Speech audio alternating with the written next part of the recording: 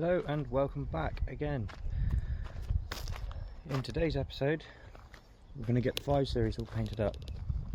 So in the last episode you've seen I've got all the M Sport kit all sanded up. I got it on yesterday. I didn't film much of it, it was a bit boring. All the holes I've just filled in. Just going to sand them up quickly and then we're going to get to the painting. Also tinted the rear lights. Make it look a bit better.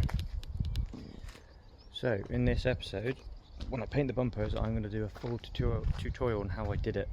I've done it before. The video wasn't that great, as I said in the last episode. So yeah, let's get to it. So the paints that I use, what paint do I use? Well, it's just conventional bathroom paint. I did that over 12 months ago and it is hardly faded, and with it also gives a rough finish, so it does feel like the rust is sort of like cracking the surface up. It does work really well. So the paints, what paint do I use? So it's just your standard emulsion paint you get from any hardware stores. I went in, they had some colour cards. I chose the brown, the blue and the white. This is just something I found in the garage, it doesn't have to be that. So the first layer that goes on obviously would be the brown. That goes on quite thick because that's the layer that you want to come up through. With the white and the blue, you don't want to do them too thick because you're going to be sanding through the white and the blue to sort of give it the worn effect and let the brown come through. I'll go through it as and when I do it. I've just got to get the sanding done on the body filler, and as soon as I've done that I will get to the fun bit. So I've just done a couple of things. I thought I'd go for something a bit different. I painted the valance black, masked up where I don't want the paint. I haven't really done much sanding on the body filler because I'm thinking if I'm painting over it to make it look rusty, I thought the raised effect of the body filler would just help it a little bit. Got the grills out already. Also, I forgot to mention I've got bigger spaces on it now, so I've actually managed to get the font a bit lower, so it is sitting so much better than it was. I'm quite happy with that now. I've got some touch-ups of paintwork I need to do where I've hacked it to try and get the wheels to sit underneath the arches. Going back here, but that can all be touched up with a little bit of bathroom paint. So let's get to it. So I've got the brown in, like I said, this is the thickest layer you need to put on. So obviously I should wipe that down first. It's all been pre-sanded with just like a Brillo type thing. And this is just acetone, but you can use anything really. It sticks quite well, this paint, it doesn't need a huge amount of prep.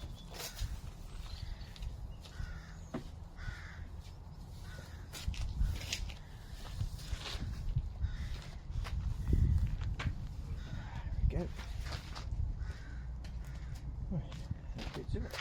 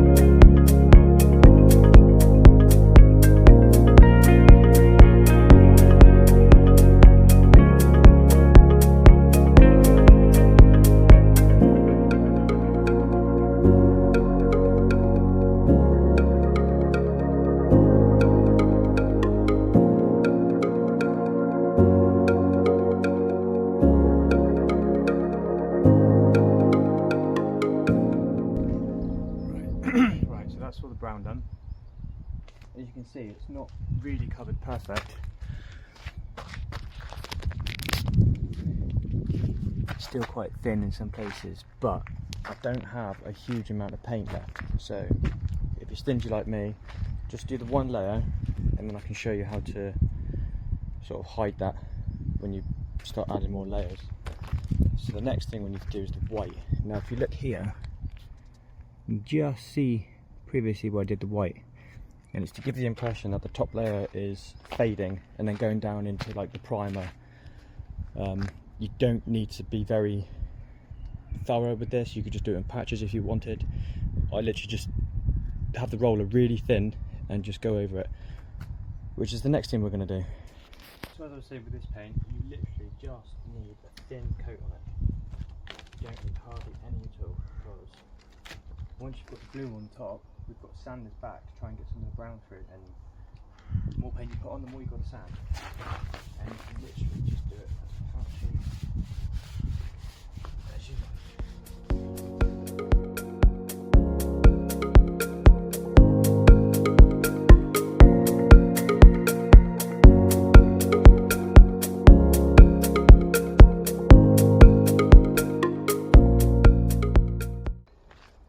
There we go. Looks awful, right? It'll get better, trust me. So the next thing we're going to do is we're going to put the blue on. We're going to do it thin, but we need to cover everything.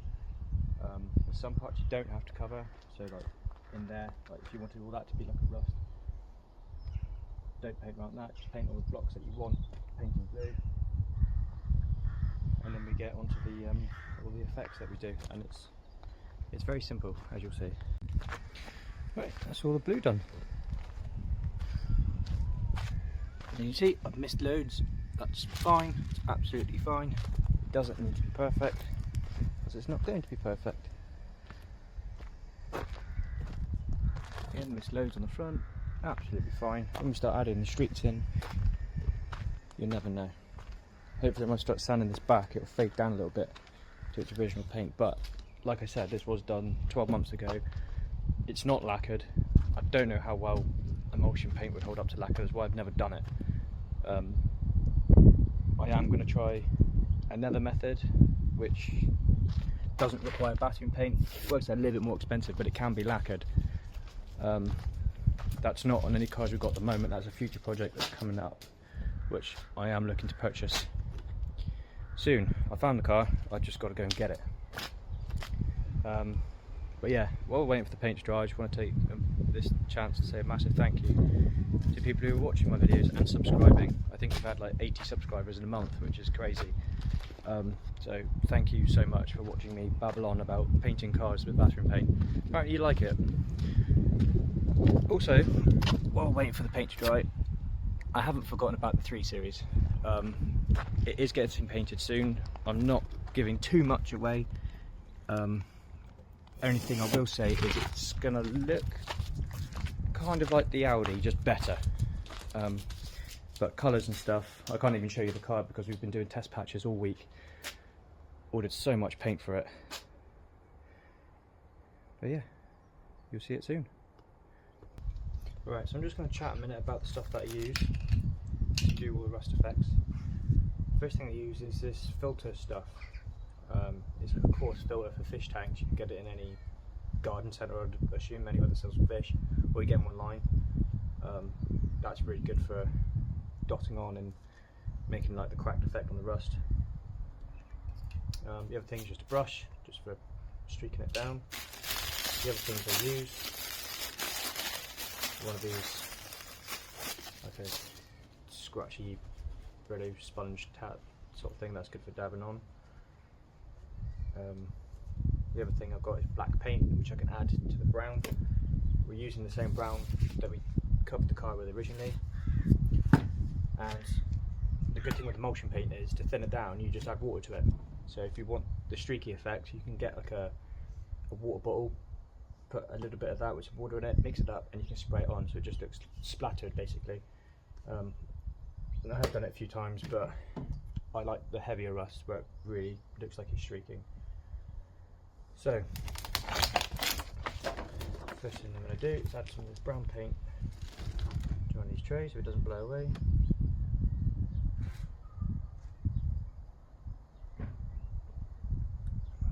And I'm going to take you to the car and show you exactly what I do. Right, okay, so we'll start with this section here.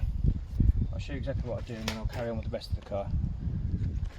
So, to start with, I get my sort of filter sponge thing. And you don't want much paint, so you just dab it on there. So it's not too wet. And then just dab it around.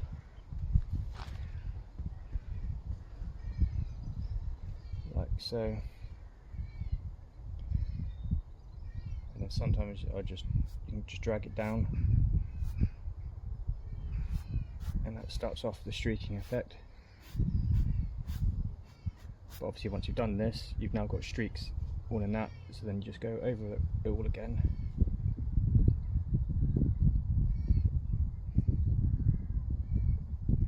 Like so. So now you've got your streaking effect. And then if you want to, you can also just flick it down with a brush.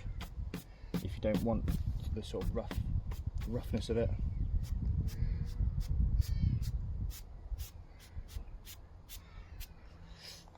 So, and then you can always add a bit more underneath.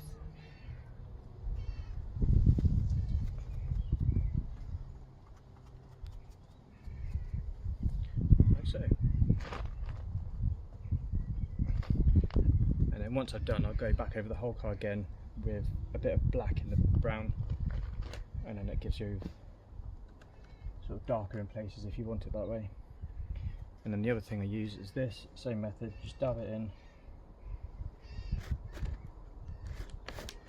bring it back. This is if you want sort of thicker areas of it.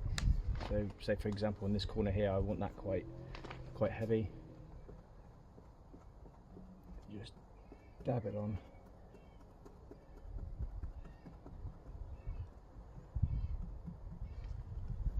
All the way down the body line. You can use the coarse one to do this with, but I find this covers a bit better for bigger areas that you want to do, and then you can always go back to the coarse thing if you just want to add some streaks to it.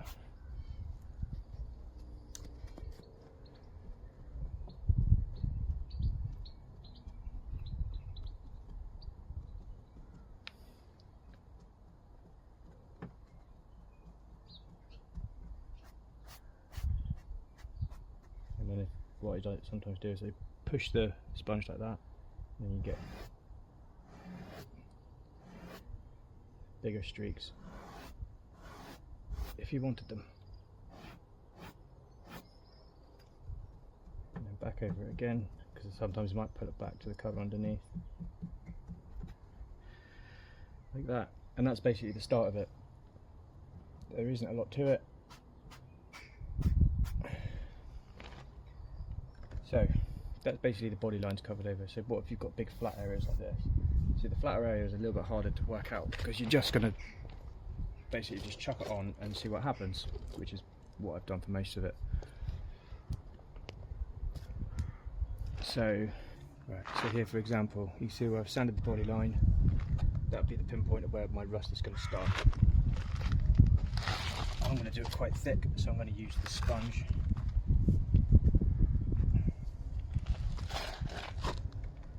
Dabbed it in just on the edge like that. And I want this quite heavy.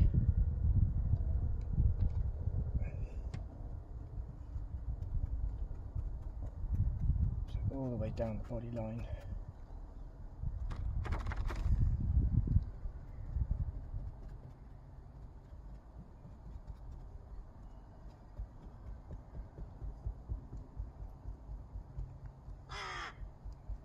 Dabbing it on. Sometimes you can just change it around like that. There's no real sort of method to it, it's just. And then again, you can use the thing to give it streaks.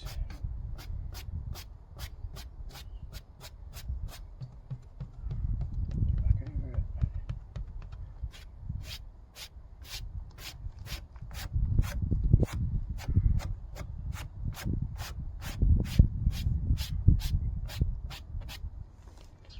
Something like that. And again, so just push the sponge with your finger. Just pull it down. If you want a bit of heavy streaking, you can also do this anywhere. So where we've sanded it back to almost to the brown again, you can just literally just push it, drag it, and then you've got your rust spot. So let's go back over that. Like this, quite heavy. I want this quite textured, this bit, because of how heavy it is. Maybe go back down that way a bit more. Drag that. Do some rust spots around the bottom.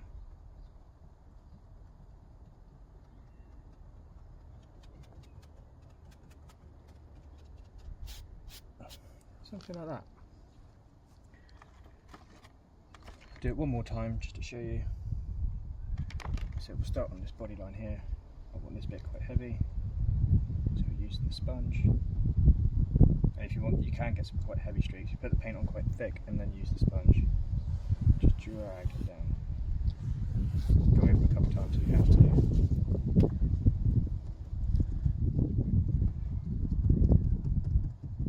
Like that. Drag that down there. Maybe put a rust patch there. Drag it down.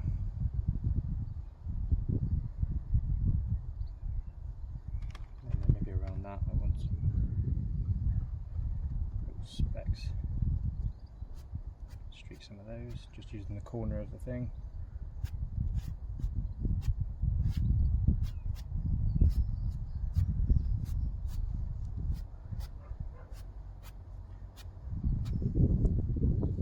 Something like that. So, and then when you stand back, it looks like it's rusted. See, nothing to it really. Just takes a fair amount of time. It took me about 2 weeks to do this whole car, and I was sick of it by the end of it.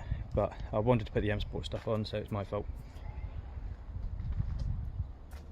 Right, I'll carry on with the rest of it.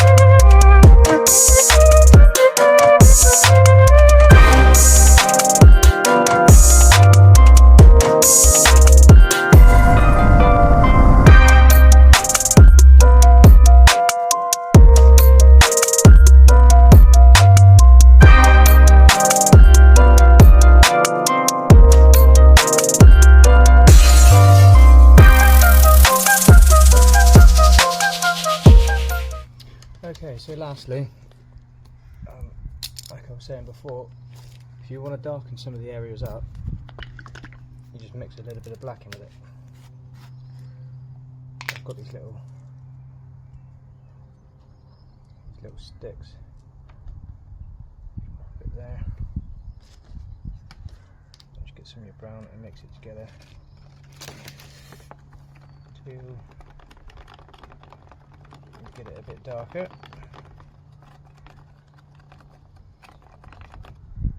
So it doesn't have to be perfectly mixed, because rust is all different sorts of colours anyway. And then I'll show you on a little bit.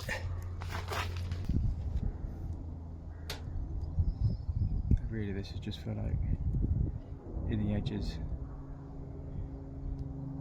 just to give it that bit more depth, like that. And then you just go over the whole car, or you can leave it as it is.